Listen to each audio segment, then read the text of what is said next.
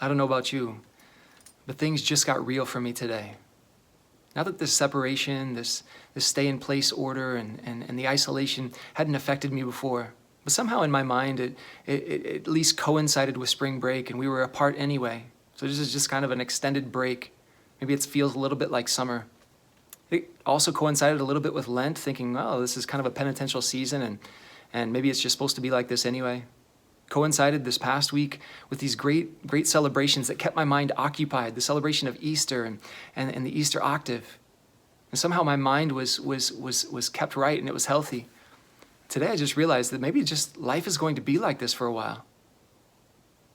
And we had this thing in our minds that this was going to be over, shelter in place by April 7th. April 7th came and we were told that now it's April 30th. And now I'm just wondering this week that, is it going to be extended into May? I mean, what should be our outlook? How do we keep our minds right? I've told you in the past, from the very beginning, we got to keep our minds right. Maybe I'm preaching to myself today. Maybe you already went through this a week or two ago. But I'm telling you, we have to keep our minds right. And here's what I don't want us to do, is to have naive optimism in things we can't control. And what do I mean by that? There was an admiral, Admiral Stockdale, and he was in a prisoner of war camp in Vietnam. And he was the highest ranking official in that prisoner of war camp. And he made himself responsible even for other prisoners that were there. And during that time, he said there were no rights given to prisoners. He said they were like slaves. And if you've ever read about the conditions that happen, even in those prisoner of war camps, like it's so inhumane, the things that they went through. And in his mind, he was thinking, will I ever see my family again? Will I see my wife? Will I see my children? And it started playing games with his mind, and he's wondering how long he's going to be there. Well, he did survive. After 8 years, he came home, 8 years as a prisoner of war. He finally came home, and they asked him in an interview, what actually happened? Like, how did you survive, and how was it that other men didn't survive, that other men died in that prisoner of war camp? And he said, oh, that's simple. He said the key difference and those of us who survived and those who didn't were those who had naive optimism and divorced themselves of the daily living reality. And by that, he went on to explain, he said, you can never divorce the faith that you will prevail in the end with the discipline to engage the brutal reality of the present. And he said, and that's the way we made it through. I had to engage every single day with what was going on. I had to be real about every day, without ever letting go of my faith in the future, without ever letting go of the faith that I would prevail if it were up to me, things that were in my control.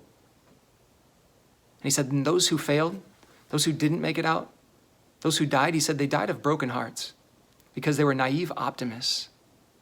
It sounds strange to our minds. We think that we should always be optimists. Yes, we should. Faith that we will prevail, but never divorcing the reality.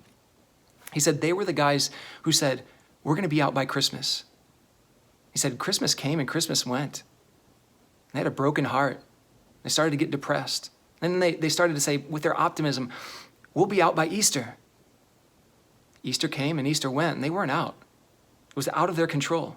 They didn't embrace reality. He said they just started to grow a broken heart every single day, and they went into depression. And then Thanksgiving came, and they said the same thing, and Christmas would come again, and year after year, having no control over their futures. He said those guys died of depression. They died of a broken heart. Mentally, they went insane. They couldn't make it through. Well, during this time, we have to keep our minds right. We are going to prevail. There's no doubt in my mind. I have such great hope that we talked about this past week. I have such great hope and conviction about our future, not knowing what it's going to look like.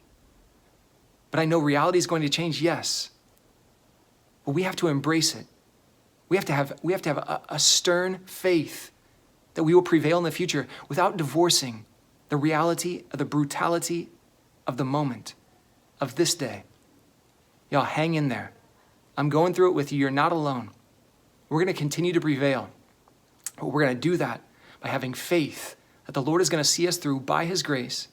But today we embrace whatever our struggles are, whatever our reality is, and we deal with it today, not with naive optimism, but with great faith in the future and recognizing we're in a fight. Hang in there. I'll hang in there with you.